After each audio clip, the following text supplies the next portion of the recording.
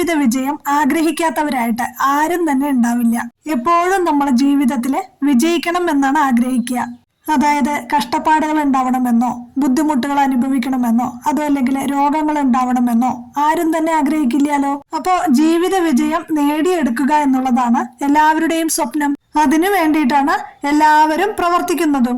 അപ്പോ ഭൗതികപരമായിട്ടുള്ള ജീവിത വിജയം, അതായത് നമ്മൾ ചിന്തിക്കുന്ന ജീവിത വിജയം എന്ന് പറയുന്നത് നല്ല ജോലി ഉണ്ടായിരിക്കുക, നല്ല ശമ്പളം കിട്ടുന്ന ജോലി ആയിരിക്കുക, നമുക്ക് നിറയെ ബന്ധുക്കൾ ഉണ്ടാവുക, സന്തോഷമായിട്ട് ഇരിക്കുക, സുഖമായിട്ട് ആരോഗ്യത്തോടെ ജീവിക്കാനായിട്ട് സാധിക്കുക, നമുക്ക് നിറയെ സാമ്പത്തികമായിട്ടുള്ള ഒരു അടിത്തറ ഉണ്ടാവുക.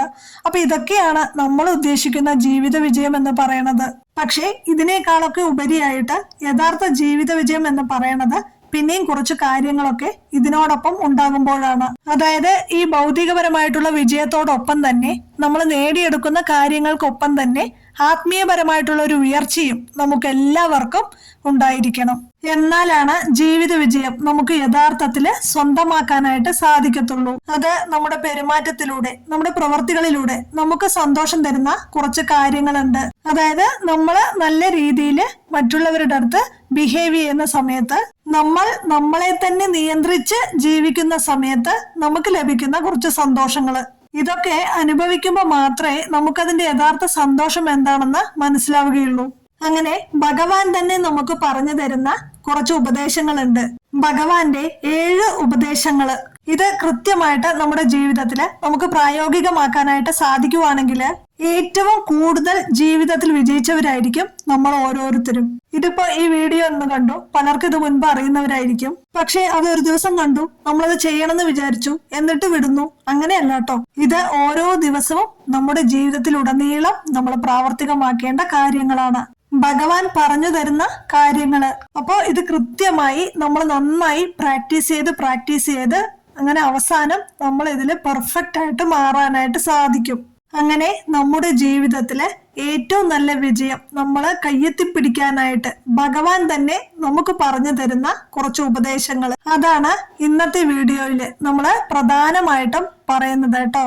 അപ്പോ ഇതെല്ലാം നമ്മുടെ ജീവിതത്തില് നമുക്ക് പ്രായോഗികമാക്കാനായിട്ട് സാധിക്കും. കുറച്ച് അതിനൊന്നും നമ്മൾ ശ്രമിക്കണം, കുറച്ച് അതിനു വേണ്ടി നമ്മൾ പരിശ്രമിക്കണം, അത്രയേ ഉള്ളൂ. അങ്ങനെ നമുക്ക് സാധിക്കണം. അത് കൃത്യമായിട്ട് നമ്മുടെ ജീവിതത്തില് സ്വന്തമാക്കേണ്ട കാര്യങ്ങളാണ് എന്നും കൂടി ഭഗവാൻ പറഞ്ഞു വെക്കുന്നുണ്ട് കേട്ടോ. അപ്പൊ അതിനെ കുറിച്ചാണ് ഇന്ന് പറയാനായിട്ട് പോകുന്നത്. ഭഗവാന്റെ 7 ഉപദേശങ്ങൾ നമ്മുടെ ജീവിത വിജയത്തിനായിട്ട്.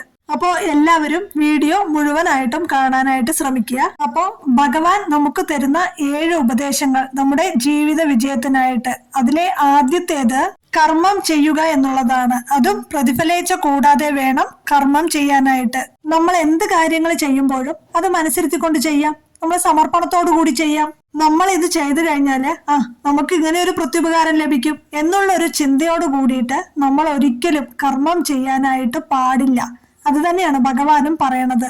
കർമ്മം ചെയ്യുക നമ്മുടെ ലക്ഷ്യം, കർമ്മഫലം തരും ഈശ്വരനൊടുവിൽ എന്നാണ് പറയുക. അതായത് അപ്പൊ തന്നെ കിട്ടിയെന്ന് വരില്ല കർമ്മഫലം. നമ്മൾ എന്ത് കർമ്മം ചെയ്താലും അതിനൊരു ഫലം തരൂലേ, പക്ഷേ അത് ഉടനടി ലഭിച്ചെന്നൊന്നും വരില്ല. ഈശ്വരൻ ഒടുവിൽ അത് നൽകിയിരിക്കും. എന്തായാലും പ്രതിഫലം ഉണ്ടായിരിക്കും, പക്ഷെ അത് നൽകുന്നത് ഈശ്വരനായിരിക്കും. അത് പ്രത്യേകം പറയുന്നുണ്ട്, ഈശ്വരനാണ് കർമ്മഫലം നൽകുക. നമ്മൾ എന്ത് കാര്യം, എന്ത് സഹായവും, അതായത് ഒരാൾക്ക് ഒരു സഹായം ആവശ്യമാണെന്ന് കണ്ടു കഴിഞ്ഞാല് നമ്മളെ കൊണ്ട് സാധിക്കുന്നതാണെങ്കിൽ ഉടനടി നമ്മളത് ചെയ്യാം. പക്ഷെ ഒന്നും പ്രതീക്ഷിച്ചിട്ട് ചെയ്യരുത് എന്നാണ് പറയണത്. അതായത് വലത് കൈകൊണ്ട് ചെയ്യുന്ന കാര്യങ്ങള് ഇടത് കൈ അറിയാനായിട്ട് പാടില്ല. അത്തരത്തിൽ വേണം ഏത് കർമ്മങ്ങളും നമ്മൾ ചെയ്യാനായിട്ട്. അപ്പോ പ്രതിഫലേച്ഛ കൂടാതെ വേണം കർമ്മം ചെയ്യാനായിട്ട് കേട്ടോ. നമ്മളിപ്പോ എന്തെങ്കിലും ഒരാളിനെ സഹായിക്കുകയാണെന്ന് വിചാരിക്കുക. പലരും അതിന് വീഡിയോ ഒക്കെ എടുത്തിട്ട്, ഒരാളിനെ സഹായിക്കണത് വീഡിയോ ഒക്കെ എടുത്തിട്ട് സോഷ്യൽ മീഡിയയിൽ പോസ്റ്റ് ചെയ്യണത് കാണാം. അങ്ങനെയൊന്നും ചെയ്യരുത്. അപ്പൊ അതിനുള്ള മറുപടി അല്ലെങ്കിൽ അതിനുള്ള പ്രതിഫലം അപ്പൊ തന്നെയാണ് ലഭിക്കുക. അത് നമ്മൾ തന്നെ നമുക്ക് നേടിയെടുത്തു എന്ന് വിചാരിക്കുന്ന കാര്യങ്ങളാണ്. പക്ഷേ ഭഗവാൻ അതിനേക്കാട്ടിലും നല്ല ഫലങ്ങള് എടുത്തു വെച്ചിട്ടുണ്ടാവും. അപ്പോ ഭഗവാൻ തന്നെ വിചാരിക്കില്ലേ, പിന്നെ ഞാനെന്തിനാണെന്ന് വിചാരിക്കില്ലേ? അതുകൊണ്ട് നമ്മൾ എന്ത് നല്ല പ്രവൃത്തി ചെയ്യുമ്പോഴും ഏത് മോശം പ്രവൃത്തിയാണെങ്കിലും അതിന്റെ കർമ്മഫലം തന്നെ നമ്മൾ അനുഭവിക്കേണ്ടി വരും. ഈ കർമ്മം എന്ന് പറയണത് റബ്ബർ പന്ത് പോലെയാണെന്നോ പറയുക. അത് എത്ര ശക്തിയിൽ എറിയുന്നുണ്ടോ അത് അത്രയ്ക്കും ശക്തിയിലാണ് തിരികെ വരിക. ഈ റബ്ബർ പന്തിന് നമ്മള് സ്വർണ്ണപ്പന്തായിട്ടൊന്നും മാറ്റാനായിട്ട് സാധിക്കില്ലല്ലോ. അപ്പോ ഈ കർമ്മങ്ങളെ ഒരിക്കലും മാറ്റാൻ പറ്റില്ല. നമ്മള് മനുഷ്യനായിട്ട് ഈ ഭൂമിയിൽ ജനിച്ചു കഴിഞ്ഞാല് കർമ്മങ്ങള് തീർച്ചയായിട്ടും ചെയ്യേണ്ടി വരും. അത് നല്ലത് നല്ലത് ചെയ്തു കഴിഞ്ഞാല് നല്ല കർമ്മഫലം തിരിച്ചു കിട്ടും. മോശം ചെയ്യുകയാണെങ്കിൽ മോശം കർമ്മഫലമാണ് നമ്മൾക്ക് തിരികെ കിട്ടുക.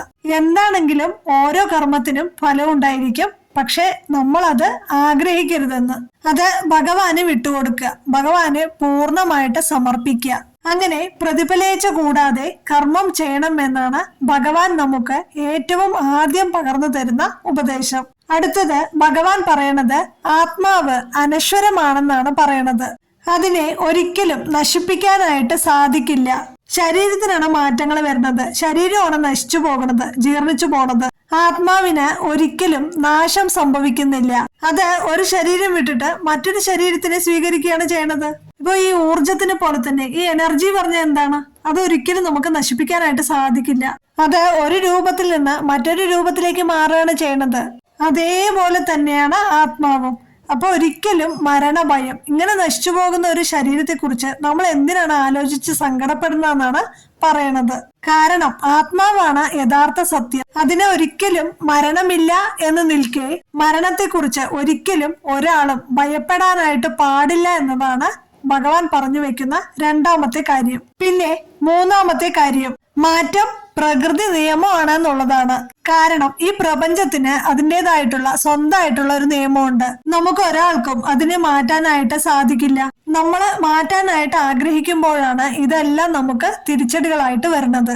ഒന്ന് ആലോചിച്ച് നോക്കൂ, ഈ പ്രപഞ്ചത്തില് ഓരോ സെക്കൻഡിലും എന്തൊക്കെ കാര്യങ്ങളാണ് സംഭവിക്കുന്നത്. അതിന്റെ വേഗത കൊണ്ടാണ് നമുക്കത് മനസ്സിലാകാനായിട്ട് സാധിക്കാത്തത്. ഇന്ന് മഴ പെയ്യുന്നുണ്ട്, നാളെ മഴ പെയ്യില്ല, ഇതൊന്നും നമ്മൾക്ക് പ്രവചിക്കാനായിട്ട് സാധിക്കില്ല. ഇന്ന് മഴ പെയ്യണ്ടെന്ന് നമ്മൾ വിചാരിച്ചാൽ അത് സാധിക്കുമോ? അതുപോലെ തന്നെ ഈ പ്രകൃതിയിലെ ഒരു നിയമവും നമ്മൾ വിചാരിച്ചാൽ മാറ്റാനായിട്ട് സാധിക്കില്ല. ഈ പ്രകൃതിയെ നമ്മുടെ ശരീരമായിട്ടാണ് ഉപമിക്കുന്നത്. നമ്മുടെ ശരീരം തന്നെ പ്രകൃതിയുടെ സങ്കല്പമാണ്. അപ്പോ അതിന് മാറ്റം അനിവാര്യമാണ്. പ്രകൃതിയെ പോലെ തന്നെ ഈ മാറ്റങ്ങളൊക്കെ നമ്മളെ ഉൾക്കൊള്ളണം. കാരണം വളർച്ചയുടെ ഓരോ ഘട്ടത്തിലും ഇപ്പോ 4 വയസ്സുള്ള ഒരു കുട്ടിയുടെ ശരീരമല്ല 8 വയസ്സുള്ള ഒരു കുട്ടിക്ക്, 8 വയസ്സുള്ള ഒരു കുട്ടിയുടെ ശരീരമല്ല 25 വയസ്സുള്ള ഒരാൾക്ക്, 25 വയസ്സിലുള്ളത് പോലെയല്ല ഒരു 50 വയസ്സ് 60 വയസ്സിലുള്ള ഒരാൾക്ക്. അപ്പോ ഓരോ പ്രായം ഇങ്ങനെ കഴിഞ്ഞു പോകും തോറും മാറ്റങ്ങൾ ഇങ്ങനെ വന്നുകൊണ്ടിരിക്കും. അതിൽ നമ്മൾ സങ്കടപ്പെട്ടിട്ട് കാര്യമുണ്ടോ? ഇനി നമുക്കത് മാറ്റാനായിട്ട് സാധിക്കുമോ? നമുക്ക് ഒന്നും ചെയ്യാൻ പറ്റില്ല. അപ്പൊ ഭഗവാൻ നമുക്ക് പറഞ്ഞു തരുന്നത് നമ്മുടെ നിയന്ത്രണത്തിലല്ലാത്ത കാര്യങ്ങൾ ആലോചിച്ച് നമ്മൾ സങ്കടപ്പെടേണ്ട എന്നുള്ളതാണ്. ഇതൊക്കെ ഭഗവാന്റെ കയ്യിലുള്ളതാണ്. ഇതിങ്ങനെ നടക്കണം എന്നൊക്കെ നിശ്ചയിക്കുന്നതും തീരുമാനിക്കുന്നതും ഒക്കെ ഭഗവാനാണ്. അതായത് നമുക്ക് മാറ്റാനായിട്ട് സാധിക്കാത്ത കാര്യങ്ങൾ ആലോചിച്ച് നമ്മൾ ആകുലപ്പെടേണ്ട എന്നുള്ളതാണ് ഇതിലൂടെ ഭഗവാൻ നമുക്ക് പറഞ്ഞു തരുന്നത്. അടുത്തത് സഹനശക്തിയും ക്ഷമയും ശീലിക്കുക എന്നുള്ളതാണ്. സഹനശക്തി ഉള്ളിടത്ത് മാത്രമേ ക്ഷമയ്ക്ക് നിൽക്കാനായിട്ട് സാധിക്കത്തുള്ളൂ. അപ്പൊ ഇത് രണ്ടും നമ്മൾ ശീലിക്കേണ്ടതായിട്ടുള്ള കാര്യങ്ങളാണ്. നമ്മളുടെ അടുത്ത് പലരും നമ്മളെ ദേഷ്യം പിടിപ്പിക്കാനായിട്ട്, ബുദ്ധിമുട്ടിപ്പിക്കാനായിട്ട്, അതായത് കഷ്ടപ്പെടുത്താനായിട്ടൊക്കെ പലതും ചെയ്തു എന്ന് വരാം. പക്ഷേ അതിനെല്ലാം നമ്മൾ സഹിക്കണം. സഹിക്കാന്ന് പറഞ്ഞാൽ എല്ലാം സഹിച്ചിട്ട് നമ്മൾ മിണ്ടാതിരിക്കണം എന്നല്ല കേട്ടോ ഉദ്ദേശിക്കണത്. നമുക്ക് ചെയ്യാൻ പറ്റുന്ന കാര്യങ്ങളുണ്ടല്ലോ, ചിലപ്പോ അവർക്കത് ചെയ്യണത് കൊണ്ട് ഒരു സന്തോഷം ഉണ്ടായിരിക്കും. നമുക്കത് വലിയ രീതിയിൽ ബാധിക്കുന്നില്ലെങ്കിൽ നമ്മൾ പിന്നെ അത് പ്രതികരിക്കാനായിട്ട് നിൽക്കണ്ട. അതെങ്ങനെ ആയിക്കോട്ടെ, അവർക്ക് വിവരമില്ലാണ്ടാണ് അതങ്ങനെ ചെയ്യണമെന്ന് നമ്മൾ വിചാരിക്കുക.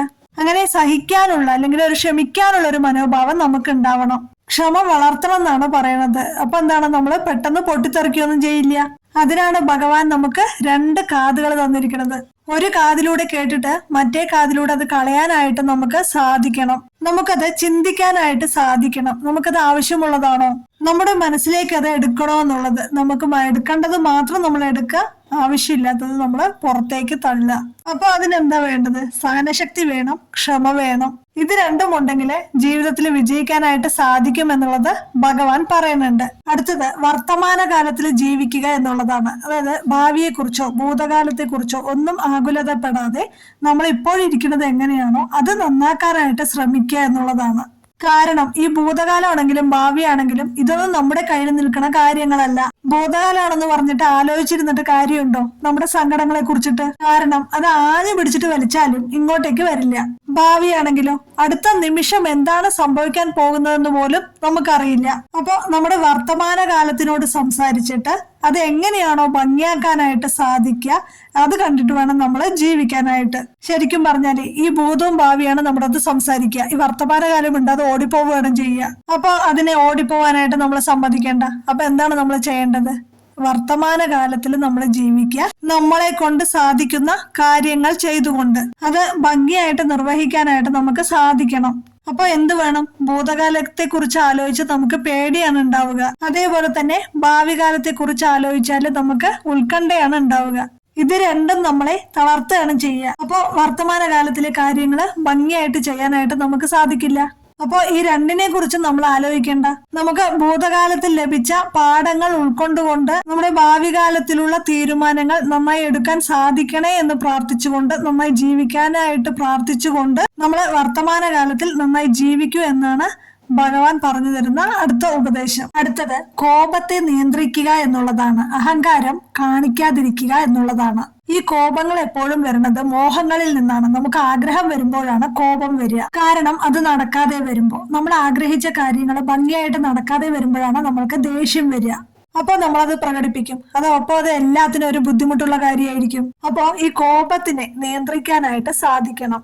അപ്പൊ ഒരാളുടെ അടുത്തും കോപിക്കാനായിട്ട് പാടില്ല. ഈ കോപത്തെ നിയന്ത്രിച്ചാൽ തന്നെ നമ്മൾ ആദ്യം പറഞ്ഞ കാര്യങ്ങളൊക്കെ ശരിയാവും. അപ്പോൾ ഏറ്റവും പ്രധാനപ്പെട്ട, നമുക്ക് ഒരിക്കലും ഉണ്ടാവാൻ പാടില്ലാത്ത ഒരു വികാരമാണ് കോപം എന്ന് പറയണത്. അഹങ്കാരം എവിടെ നിന്നാണ് വരുന്നത്?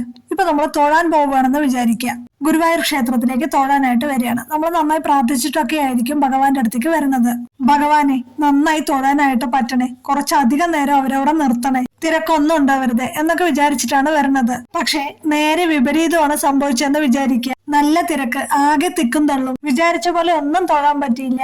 അപ്പൊ നമ്മൾ എന്താ എങ്ങനെയെന്നൊക്കെ വിചാരിച്ചിട്ട് നമ്മൾക്ക് ദേഷ്യം വരും. അങ്ങനെ വരുന്നവരുണ്ടായിരിക്കും എന്നാണ് പറഞ്ഞത്. അപ്പോ നമ്മുടെ ആ ആഗ്രഹത്തിൽ നിന്നാണ് നമ്മൾക്ക് ദേഷ്യം വന്നത്. പക്ഷെ നമ്മൾ എന്താ ചിന്തിക്കേണ്ടത്? ദേഷ്യപ്പെടാതിരിക്കുക.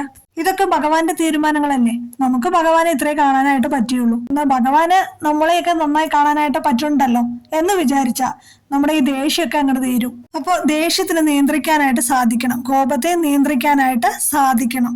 ഒപ്പം തന്നെ അഹങ്കാരവും, ഞാനെന്നും തൊഴാൻ വരണല്ലേ, പിന്നെന്തിനാ എന്നെ ഇവിടെ നിന്ന് പിടിച്ചു മാറ്റിയത്, അങ്ങനെയൊക്കെയുള്ളൊരു ചിന്ത വരുമ്പോ അത് അഹങ്കാരം കൊണ്ടാണ് വരിക. യശോദാമ്മയ്ക്ക് പോലും അഹങ്കാരം വന്നു.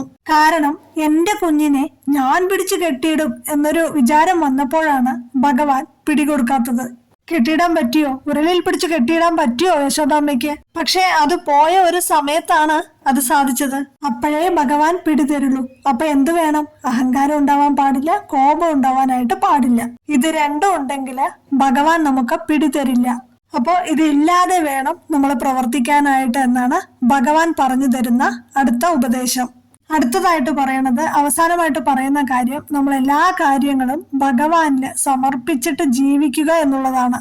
അതായത് നമ്മൾ എന്ത് കാര്യം ചെയ്യുമ്പോഴും അത് ഭഗവാന് വേണ്ടി ചെയ്യുക എന്നുള്ളതാണ്. അതായത് നമ്മൾ ഓപ്പോസിറ്റ് നിൽക്കുന്ന ആളിന് നമ്മൾ ഭഗവാനെ കാണാനായിട്ട് സാധിക്കുന്നുണ്ടെങ്കിൽ അത് ഭഗവാന് വേണ്ടി ചെയ്യുന്ന പോലെയാണ്. അപ്പൊ ആ ഒരു സങ്കല്പത്തോടു കൂടി ഏത് പ്രവൃത്തി ചെയ്യുമ്പോഴും അത് ഭഗവാനിലേക്ക് എത്തും. സർവം ശ്രീ കൃഷ്ണാർപ്പണമസ്തു എന്ന് പറഞ്ഞുകൊണ്ട് എല്ലാ പ്രവർത്തികളും ചെയ്യുക. അപ്പോ അതെല്ലാം ഭഗവാനിലേക്കാണ് എത്തുന്നത്. അപ്പോ അങ്ങനെ ചെയ്യുന്നവർക്ക് ഒരിക്കലും അഹങ്കാരം ഉണ്ടായിരിക്കില്ല, ഒരിക്കലും കോപം വരില്ല. എന്തും ഞാൻ ഭഗവാന് വേണ്ടിയിട്ടാണ് ചെയ്യണത്, ഭഗവാനാണ് എനിക്ക് ഇത് ചെയ്യാനുള്ള ഒരു അനുഗ്രഹം തന്നത്, അങ്ങനെയൊക്കെ ചിന്തിക്കുക. ഒന്നും നമ്മുടെ കയ്യിലെല്ലാം നിൽക്കണത് ഒക്കെ ഭഗവാന്റെ കയ്യിലാണ്. ഭഗവാന്റെ കാരുണ്യം കൊണ്ടാണ് നമുക്ക് ലഭിക്കുന്ന എല്ലാ നല്ല കാര്യങ്ങളും, നമുക്കുണ്ടാവുന്ന മോശം അനുഭവങ്ങളും അതും ഭഗവാന്റെ തീരുമാനങ്ങളാണ്. അതുകൊണ്ട് ഭഗവാൻ എന്തെങ്കിലും ഒരു ലക്ഷ്യം ഉണ്ടായിരിക്കും. അങ്ങനെ ചിന്തിക്കുകയാണെങ്കിൽ ഈ ഒരു പ്രശ്നം നമുക്കുണ്ടാകില്ല. പിന്നെ എപ്പോഴും അനുസരണയുള്ളവരായിരിക്കുക. കുട്ടികൾക്ക് ചെറുപ്രായത്തിൽ തന്നെ അനുസരണയൊക്കെ ശീലിപ്പിക്കുക. അനുസരണ എന്ന് പറഞ്ഞാൽ അടിച്ചേൽപ്പിക്കുകയല്ല കേട്ടോ ചെയ്യേണ്ടത്. നല്ല നല്ല കാര്യങ്ങളിലൂടെ അവർക്ക് അനുസരണാശീലം പഠിപ്പിക്കുക. അത് വളർത്തി കഴിഞ്ഞാല് ചെറുപ്പത്തിൽ തന്നെ എല്ലാ മൂല്യങ്ങളും പതിയെ പതിയെ അവർക്ക് വന്നുകൊള്ളും. ഇപ്പോ ഒരു വീട്ടിലുള്ള എല്ലാവരും ദേഷ്യത്തോടെ സംസാരിക്കുന്നവരാണെങ്കിൽ അവിടെ വളർന്നു വരുന്ന ഒരു കുട്ടിക്കും അതേ സ്വഭാവം തന്നെയായിരിക്കും.